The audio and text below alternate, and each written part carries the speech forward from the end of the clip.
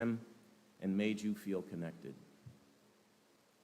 Chester was a man who had experienced the result. He had come to know very clearly who he was and what and who mattered to him. And nothing was more dear to him than the love he gave and the love he received from his wife, Kim, and his beloved boys. Chester was grounded by a clarity of knowing what is essential that only adversity can provide. To you, Kim, Leo, Ricardo, Ronaldo, I offer my deepest sympathies and condolences. Hearts are broken right now. Please know that I have stood in your shoes, and I know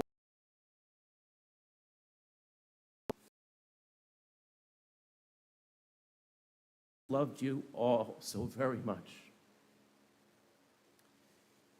He is no longer in this world, but his memory and his love is very much alive in you and always will be. He reminded me of this fact after I lost Amy, and I offer his wisdom to you now. Few people were more appropriately named than my dear friend Chester Hart, for he had one of the kindest, most generous hearts of anyone I ever knew. I give thanks to God for his life and for his presence in my life. Amen.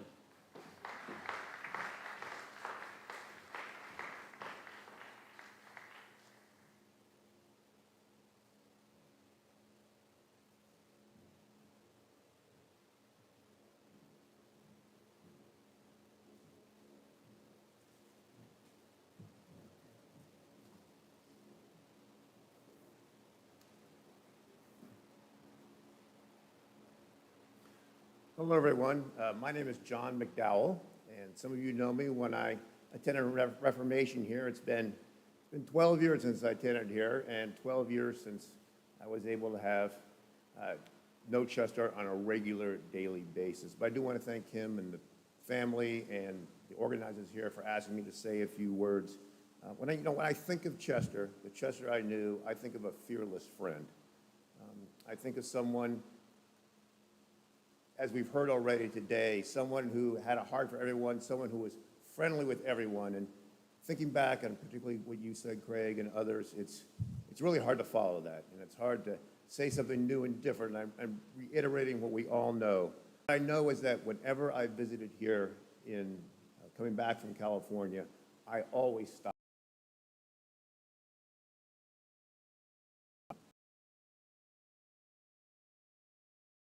Kitchen. It was, and the kids in our tutoring program, and because of that, I started getting more involved in Southeast Ministry because of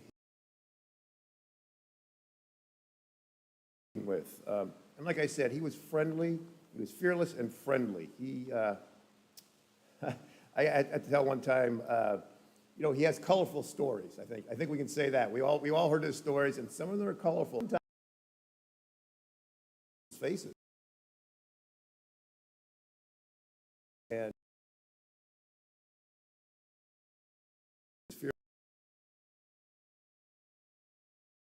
like I said, he always kept it real. He always tried to help folks and always tried to push people forward. He's tried to help folks and always tried to push people forward. Is the way I felt about him.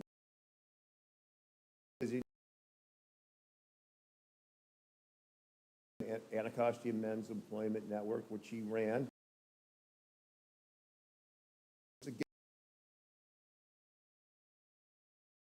Said, John,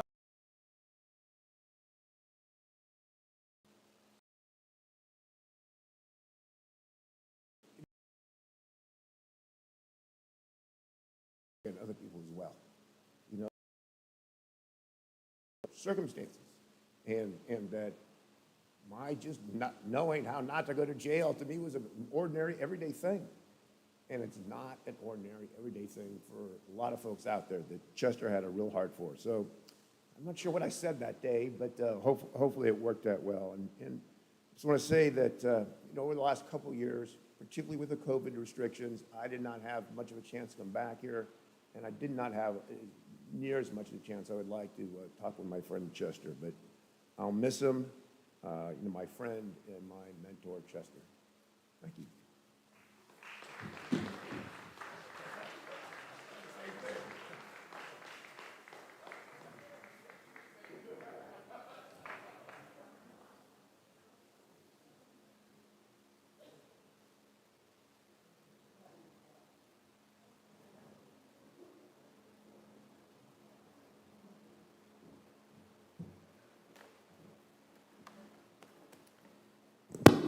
Hello, my name is, can you hear me?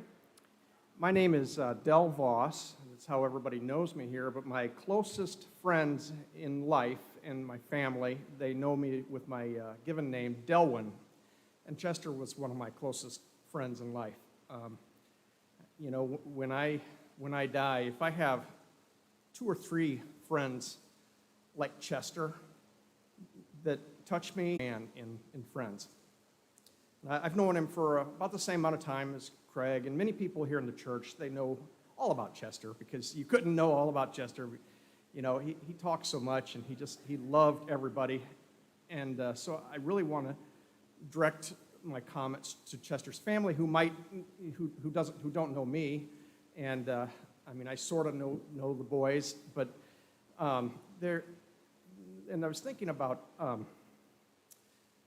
the boys. And sadly, you grew up most of your life with your father being sick. And I grew up, the time I knew your dad, not being sick. I knew your dad when he wasn't suffering like that. And I wanted to make sure that you guys know what a man of stature your father and your brother was. Working with ex-offenders, that John and Craig were telling me, it changed my life, because he shared with us, with our friends. And things I hadn't, far, far away from here. I was in college before I met and spoke to a person that wasn't white like me. And Chester, he explained Lorton for 20 or 30 years. And I was, he would explain things like, the price of rent for an apartment was $250, and now it's $1,000. Held in their hand a cell phone, had never gotten on the internet, had never been on Facebook, never maybe even used a computer. There's people that he worked with transitioning back into this cruel society that on the application, have you been incarcerated? Have you been convicted of a crime? Right there on the application at McDonald's or wherever. And people wouldn't give them a second chance. And people like John and Chester and Jeff Lee and Roger Trueheart and the people of that program, and Pastor McNeil, Wanda, they helped people realize that through hard work, they could get a second chance. But it wasn't going to be easy. But, your dad and your brother, he was quite amazing as far as a communicator. He was on nationally syndicated radio programs. He was interviewed in the Washington Post and the Washington Times and in the magazines. I haven't done those things in my life, and I doubt very many people in here have done those things. And to hear him on the radio was just amazing. I mean, here's a guy that didn't have media training and all this stuff, but to be able to convey the work that they were doing at Southeast Ministry and to convey the hardship and the struggles of people transitioning back into society. He was such a great communicator, and your dad was really a giant.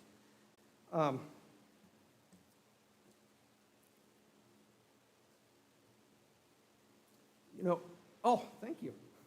Thank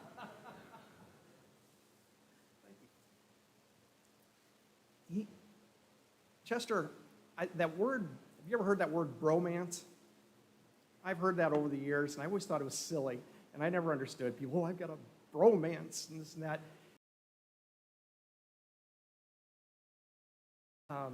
And I realized that today because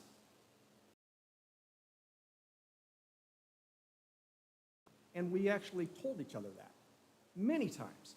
We would talk, and somehow we would get around him going on about how much he loved being around me and this and that, and he would just be pumping me up and building me up, and this went on a lot of building up. When I first came out here in Manchester, I hadn't worked for a year, and I was kind of broken and floundering, and here's a guy that is pumping me up. He's working with ex-offenders, helping them, get a job, but he's also giving me encouragement where I've got a whole different set of circumstances, and mainly just needed to get motivated and have some self-confidence, and he gave that to me. But, over the last few years, I spent a fair amount of time taking Chester to dialysis or this and that, and those were truly precious times. I never, ever thought of that as a chore. And you can ask my wife, I don't like to get up early, but if I had to get up at 6 and go pick up Chester, it was actually fun. Sad. It was sad that it was fun because your dad was sick, but it was another hour I got to spend with Chester. And I knew that hour I was going to leave feeling so good about myself. I don't know how he did that. I don't know how he did that with everybody. But you just couldn't know that man without leaving a conversation or an encounter with him feeling somehow pumped up or better about yourself. And in my life, I needed that. And he was just an amazing man that way. And, we even joked one time, well, I said, Chester, if you die before me, would you speak at my funeral? And he's, oh, yeah. And for some reason, but he said, well, if I die, would you speak at my funeral? And I'm like, oh, yeah. And I thank you for asking me.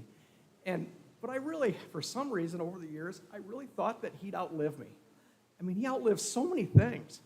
I mean, there were so many times that I said goodbye to Chester, and really, I talked to Shari, I said, that's it. There's not going to be another time. He's gonna die today. He's not gonna make it. Of course, he bounced right back. Next week, he'd be sitting down in the basement, serving coffee, hanging out. And that went on for many years. But, the reason I wanted Chester to speak at my funeral is because he would make me out to be Superman.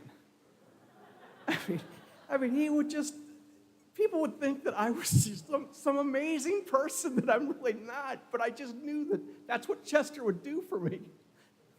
So I just wanted you guys to know that.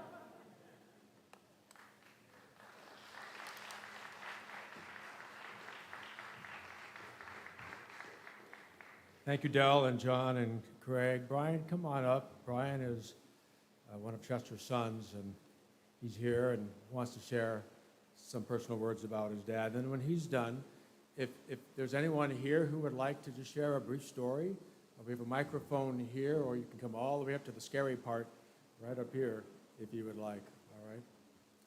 Brian, welcome. Thank you. Good morning.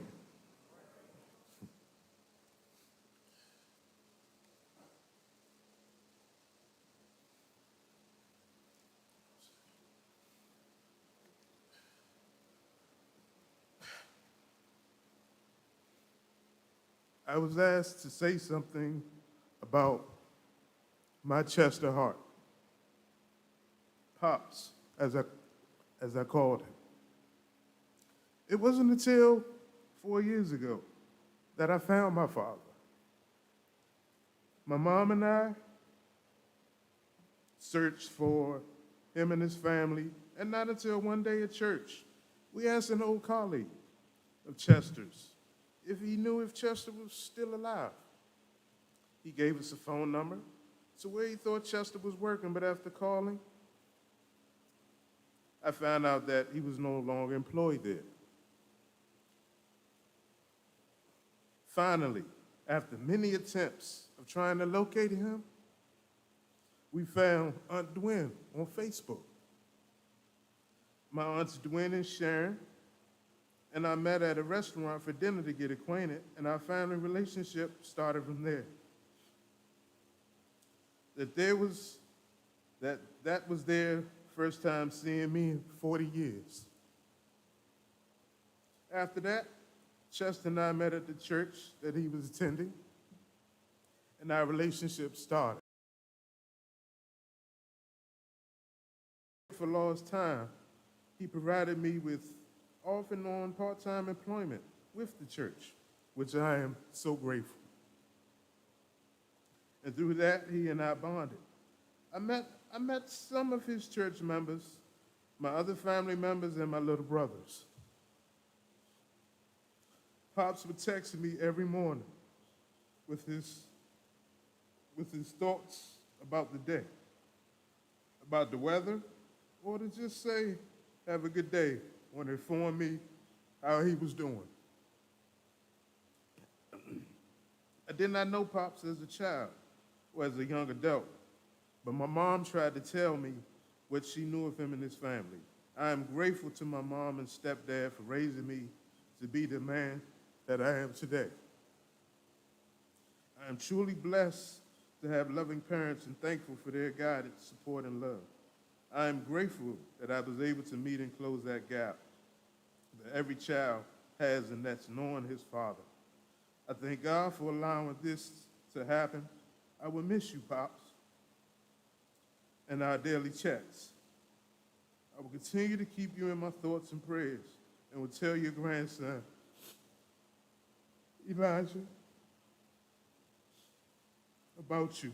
But most of all, I will remind him not to give up on people and to forgive always. Thank you.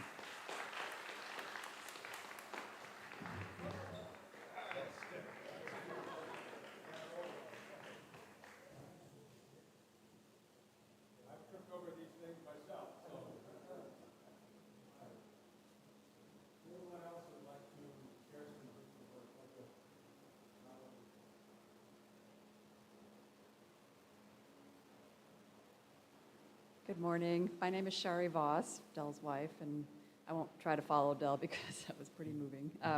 For people who know me, I'm much more of a background person, which is why I know Chester so well, because of spending so many hours down in the kitchen, church kitchen basement, in the kitchen, chatting with him. And our sons are just a couple years older than Leo and Ronaldo and Ricardo, so we would be swapping stories about how tiring it was chasing toddlers, or how frustrating it was getting preteens off their screens and on to homework, or marveling at just how much growing teenage boys can eat. But in all that, what I always saw was how much he loved his family and how proud he was of you guys. He would always be bragging on you. And what I will always remember is, as everybody has said, that contagious smile and that eternal source of optimism, and he will be missed. And then I would also like to convey a few words on behalf of Jane Tobler, another friend who really wanted to be here but is unfortunately homesick today, but sends her love to all of his family. And so Jane says, I can't remember when I first met Chester Hart. I feel like I've known him forever. I know it was through Pastor Wanda McNeil, and it was so long ago. He quickly became a beloved part of our church family. Anyone who's ever been in the church was a recipient of Chester's $1 Million Smile and the coffee he made for us each Sunday, which he continued to do long after he was actually even on staff here. He always had a good word for you. Imagine that, a good word at church. Chester could talk to anyone about almost anything. His charm, vivaciousness, and dedication were unwavering, and as our sexton, he helped take care of the building, and more importantly, the people that came through our doors.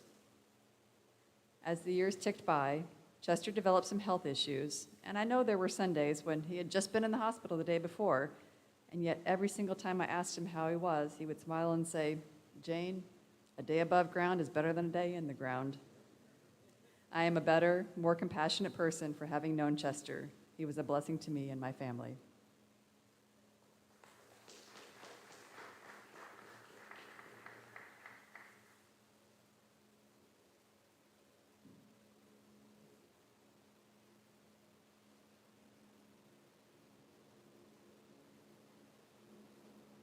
Good afternoon. I'm Evita Leonard, and I'm the current Executive Director of Southeast Ministry. I didn't have the opportunity to get to know Chester Hart when he worked for Southeast Ministry, but I do know the history and his reputation. And I'd like to add that I met him downstairs in the kitchen, too. He offered me a coffee. As you guys know, he was one of the very first staff members who worked with co-founders Wanda McNeil and Roger Trueheart over 30 years ago, and he started the Amen program. From what I hear, he was the heart and the soul of that program. My predecessor let me know that years after his illness forced him to leave Southeast Ministry, former students and newly released would stop by asking for him, seeking advice, or just wanting to share that their lives had taken a positive turn, and they wanted him to citizens. Chester found to help were his first son, Brian, and Charles McPherson. Brian follows in his father's footsteps. When he says he can make it, I can always count on him. Even if the metro runs late, he will show up. And I can't forget Chester and Kim's 3 boys who were always willing to help, and I called them my young gentlemen. My gosh, you guys have grown.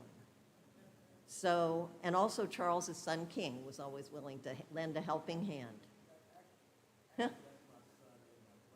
Oh my gosh. Okay, I got you. Interesting. When I needed help cleaning up at Christ Church after the choir spaghetti dinner or helping out at Janie O'Connor's at the end of the season party, I could count on Chester and Kim. When I needed someone to help me pick up a rental truck to move risers to Presbyterian, I called Chester to accompany me and drive. We all know how Chester did like to drive. So that was easy. You know,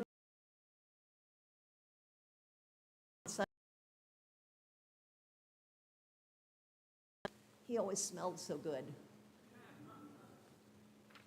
Every so often, after I retired from the chorale, I would get a call or a text from Chester just to check in and see how I was doing, so I'm glad I was able to talk to him briefly just before he passed.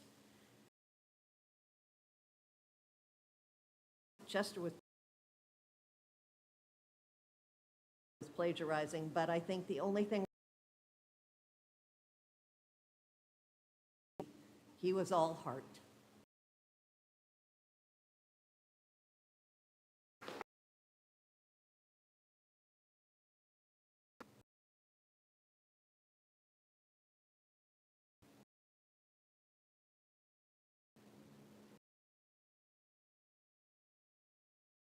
A person here at Reformation, someone who kind of, so, but I just want to point out one thing that needs to be added. The talk at Reformation, 11, and he did. A bit of the reason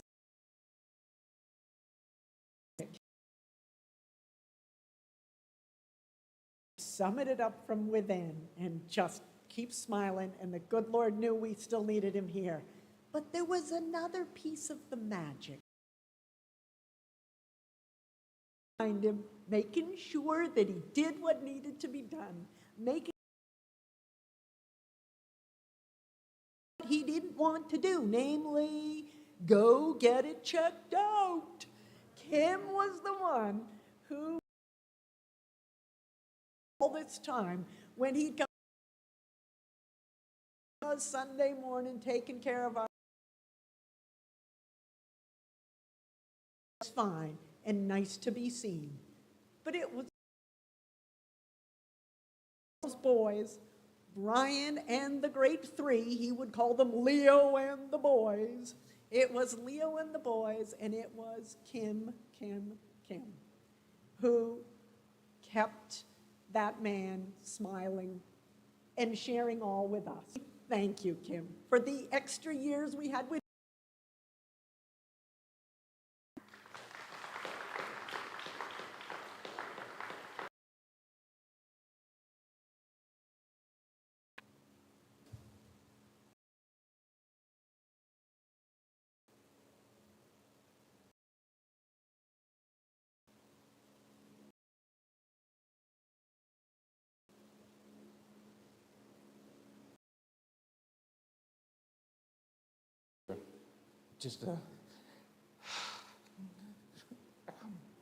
Just a couple of comments for you. One, it sums up what everybody's been saying this morning. Chester was the coolest person that I'll ever know. And secondly, knowing you, Kim, and knowing Chester, and knowing Leo, Ronaldo, and Ricardo, you made me a better man. And I'll thank you forever for that.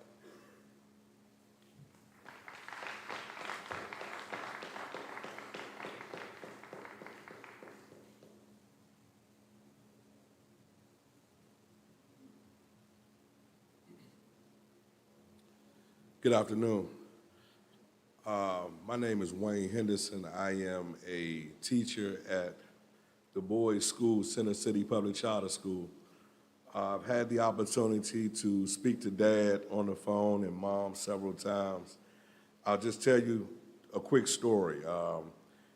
Doing virtual learning, we were having some trouble with the boys coming to my class.